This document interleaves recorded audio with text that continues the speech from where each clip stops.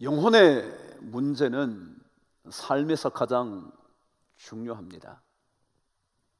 많은 사람들이 영혼은 제쳐두어도 충분히 인생을 꾸려갈 수 있을 것이라 생각하면서 살지만, 사실은 영혼이 먼저 자리를 잡아야 삶의 위치가 정돈이 됩니다. 돈을 벌어도 영혼의 문제를 관리해 두지 않은 사람들에게는 돈이 재앙입니다. 가정도 마찬가지입니다. 영적인 것이 자리 잡지 못하면 아무리 다른 것들도 풍족해진다 할지라도 그것이 그들에게 안전함을 주지 못합니다. 영혼이 제대로 세워지지 않으면 먹어도 배부르지 않고요, 누리는데도 만족이 없고요, 마셔도 흡족한 마음이 없고요, 마시고 또 마시고 또 마셔도요 가슴 속에 비어있는 공간을 채울 수 없고요, 돈은 벌어오는데 구멍 뚫어진 금고에 담다가 다 세워버리고 마는 인생이 된다, 그런 거예요. 우리 조상들은 사람을 가리켜, 인간 전체를 가리켜, 영육의 인간을 가리켜 혼백이라 불렀습니다. 여러분들 들어보셨을 것 같죠? 혼비백산이라는 말을 들어보셨죠? 혼비, 날비자입니다. 혼이 날아가고 백이 산, 흩어질 산입니다. 이때 백이라는 것은 넉백입니다. 넋이 있다 그러잖아요. 근데 이 혼자도 넉 혼자입니다. 그러니까 혼백이라는 말은 넉혼 넉백입니다. 넉이라는 것이, 넋이라는 것이 뭐냐 하면 이런 뜻입니다. 사람의 생명을 지탱해 줄 수 있는 기운이나 실체. 옛 조상들은 우리 몸을 혼백이라 불렀는데, 그 혼백이 전부 다 뭐와 연결되어 있냐면 영혼과 연결되어 있었다는 겁니다. 그들이 하나님을 알지 못했지만 그들의 삶에, 우리 인간의 삶에 영적인 부분이 있다, 영적인. 그래서 인간을 부를 때 혼백이라 불렀단 말이죠. 삶은 영혼이 잘 되어야 진짜 잘된 인생입니다.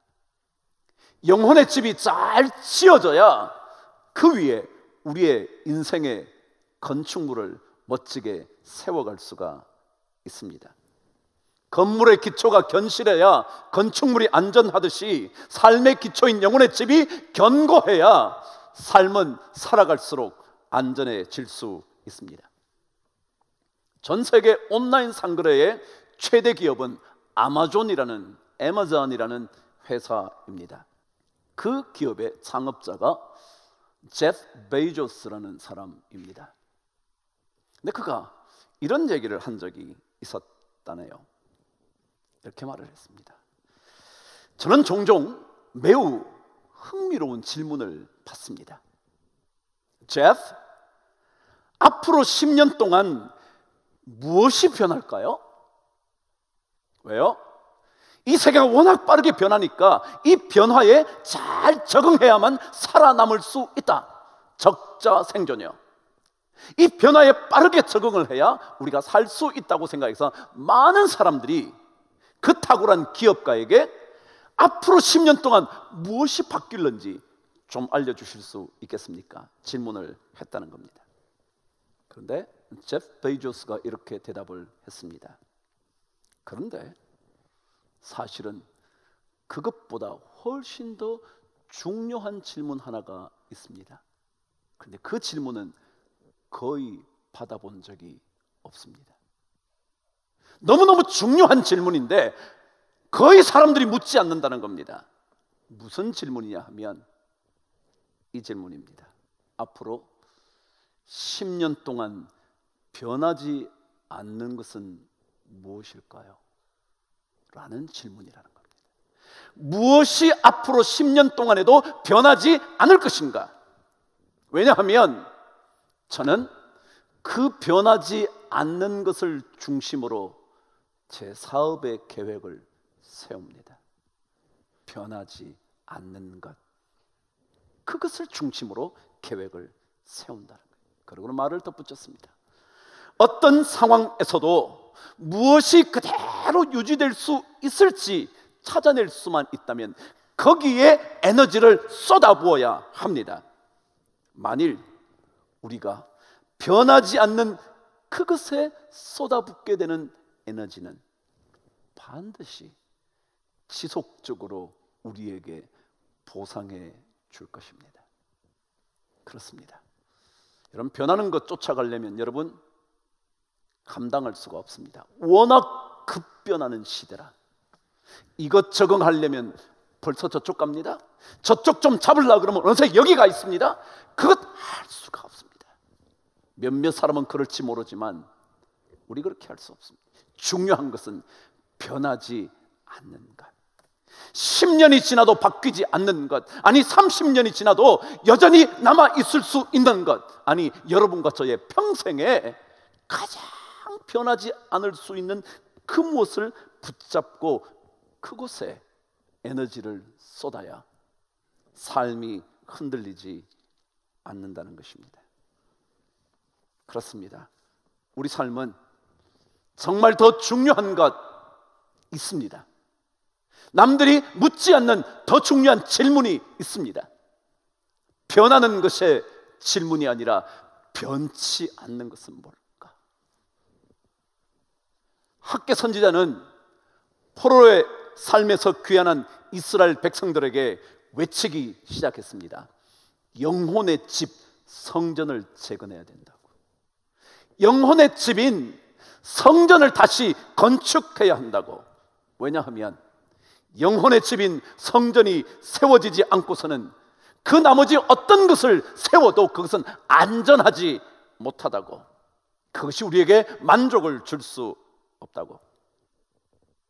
우리 삶은 변하지 않을 그 무엇을 가져야 흔들림이 없습니다. 변하지 않는 그 무엇에 내 인생의 집을 세워가야 우리의 삶은 방황하지 않습니다. 만일 그것을 놓치면 늘 안절부절 못합니다.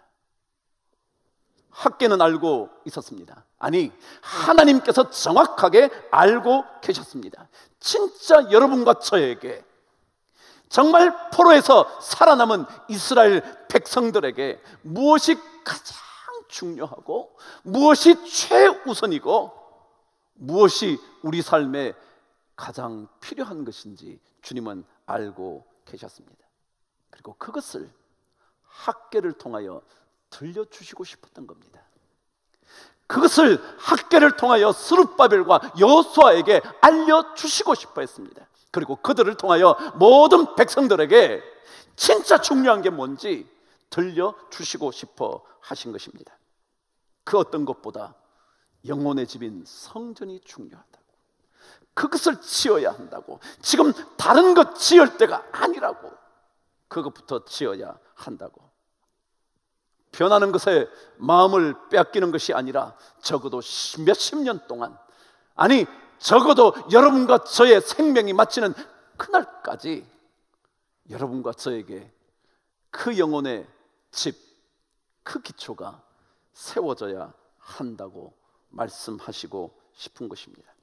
그렇다면 여러분과 저에게 영혼의 집을 짓기 위하여 필요한 것은 무엇일까? 영혼의 집을 짓기 위하여.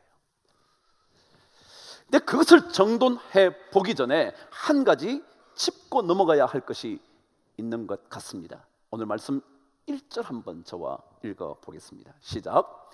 다리오 왕 제2년 6째 달 곧 그 달 초하루에 여호와의 말씀이 선지자 학개로 말미암아 스알디엘의 아들 유다 총독 스룹바벨과 여호사닥의 아들 대제사장 여호수아에게 임하니라 이르시되.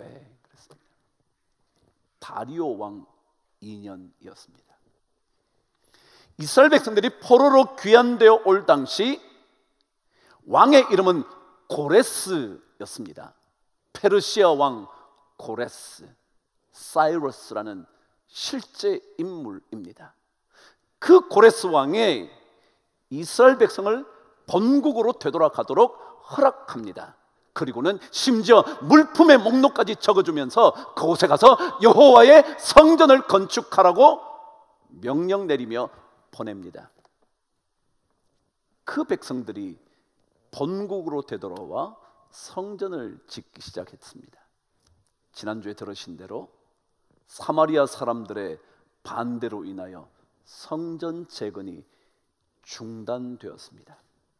그리고 세월이 흘러갑니다. 고레스 왕을 지나 아닥사스다 왕을 지나 다리오 왕까지 옵니다. 그 세월이 16년이었습니다. 16년 짧은 세월 아닙니다.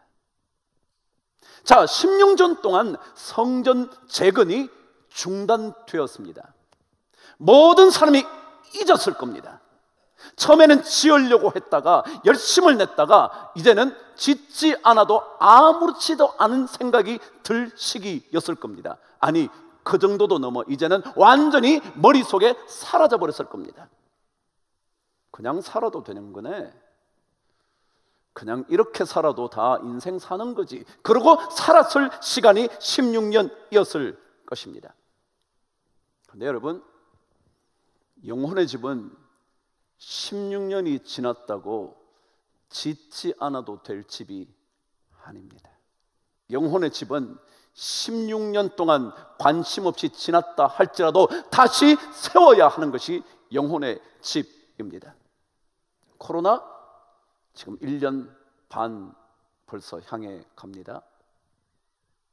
그동안 우리는 많은 것들을 잃어버렸습니다. 더 길어지면 예배조차 잃어버릴지 모르겠습니다. 그런데 이것은 절대로 놓칠 수 없습니다. 고레스 왕의 시대를 지나 아닥사스다 왕의 시대를 지나 또 다른 왕인 다리오 시대까지 왔다 할지라도 절대 잊어서는 안 되는 것이 바로 영혼의 집을 짓는 것입니다. 세월이 지났다고 사라질 수 없는 거죠.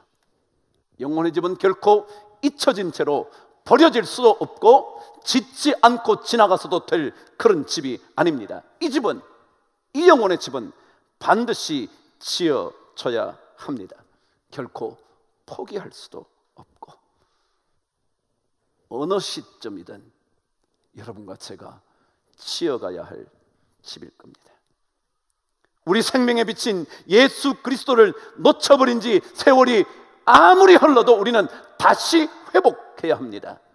주님을 향한 열정이 식어진 세월이 16년이 지났다 할지라도 우리는 다시 회복해야 합니다. 그냥 하지 않은 채 살고 말지 그렇게 말할 수 없는 것입니다.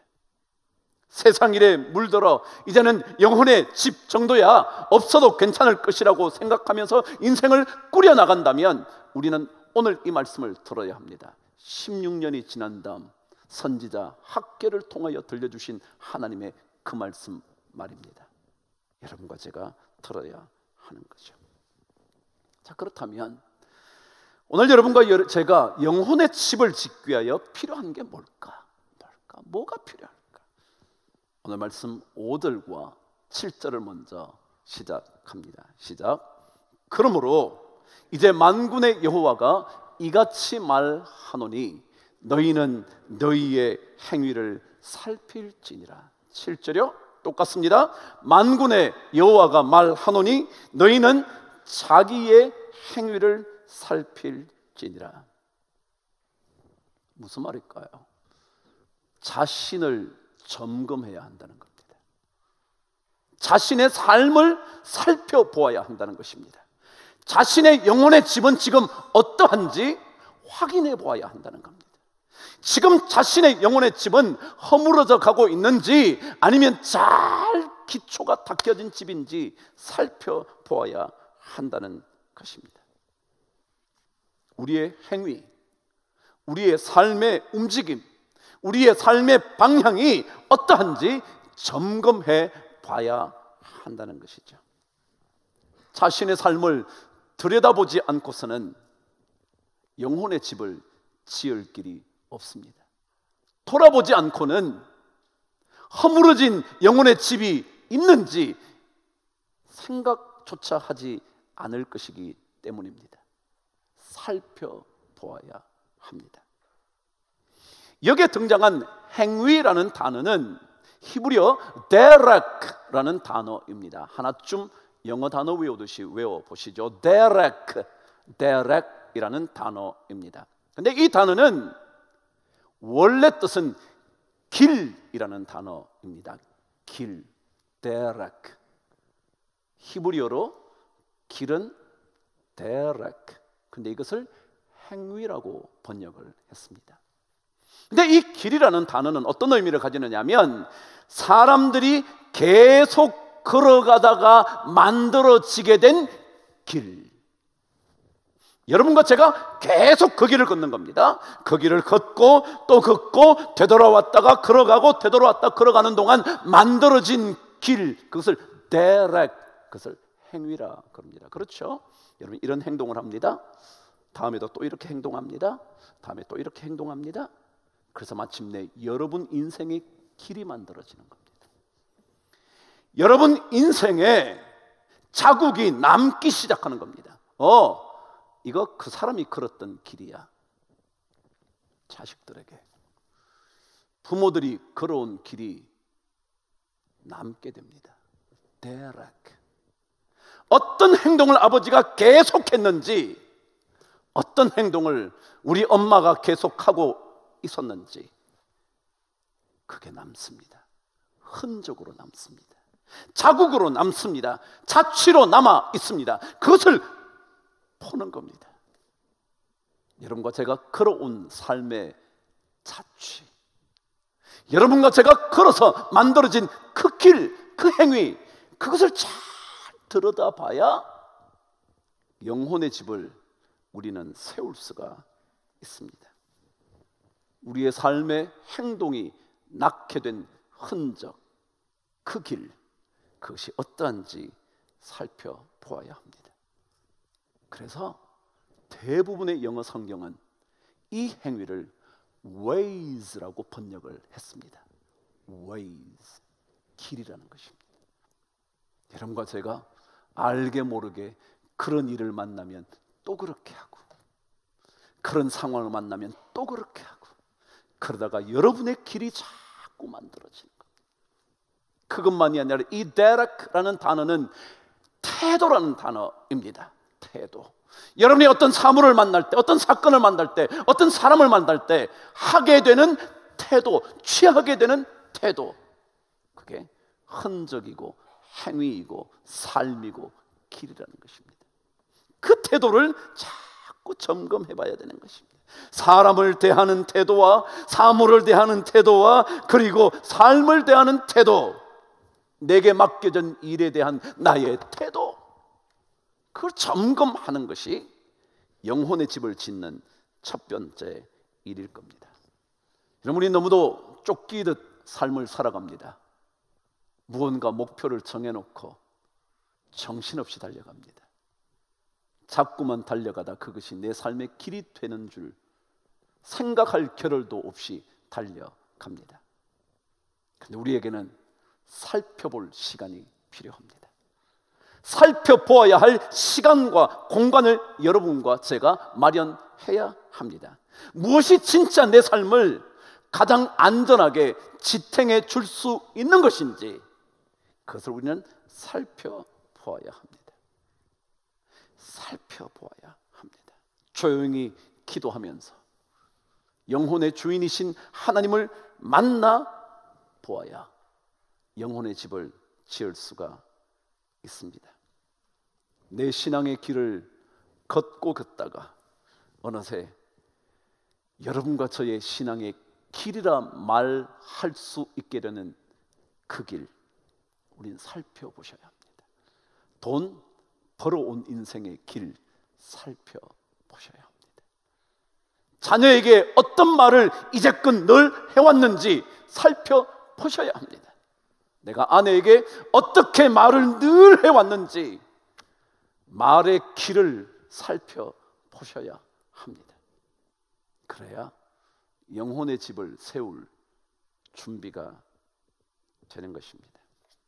영혼의 집, 여러분과 제가 반드시 세워야 할 집. 여러분, 한자어의 집이라는 단어는 잘 아시는 단어입니다. 이런 단어요. 집가라는 단어죠. 아시죠?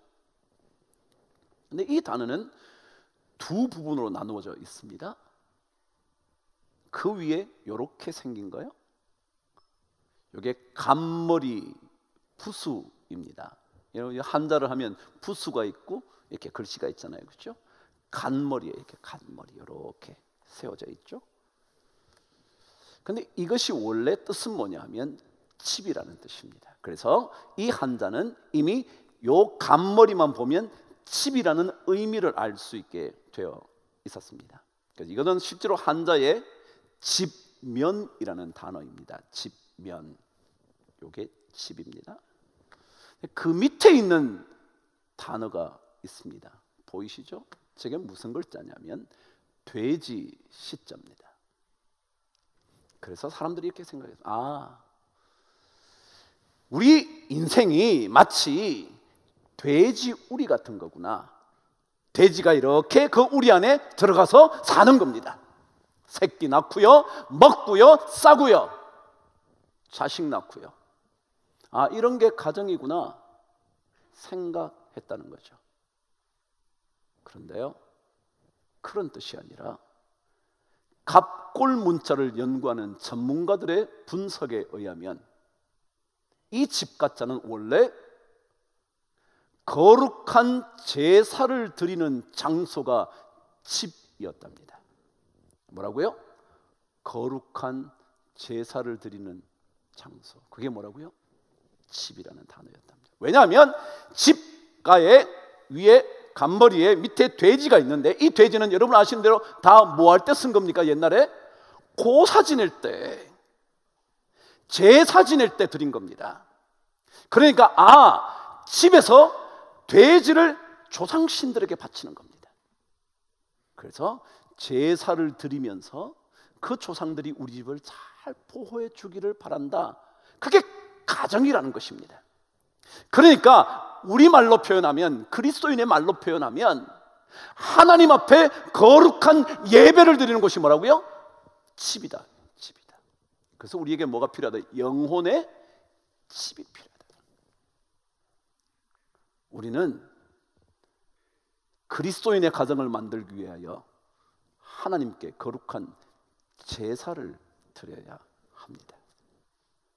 그 제사를 드리지 않고는 그 가정이 가정일 수가 없습니다. 하나님 앞에 희생 제물을 드리는 것, 그것이 영혼의 집입니다. 그래야 그 집이 안전해집니다. 보호를 받습니다. 하나님의 보상이 임합니다. 그것이 집입니다. 여러분과 제가 영혼의 집 지어야 하는 이유는 수십 년 동안 잊어버린 채 살고 있다 할지라도 다시 살펴보아 지어야 하는 집이 바로 이 영혼의 집입니다. 그 집을 지어야 우리에게 진정한 기쁨과 축제가 찾아올 겁니다. 이게 우리 그리스도인의 삶입니다. 이제 우리 제대로 된 영혼의 집을 가져야 할 때입니다. 아직까지 아니라고 말할 수 없습니다. 이제는 그때입니다. 지금 그 집을 지어야 합니다. 그 집안에서만 우리는 안전합니다. 그 은혜를 우리 모든 성도들이 잘 누리시게 되기를 주의 이름으로 축복합니다.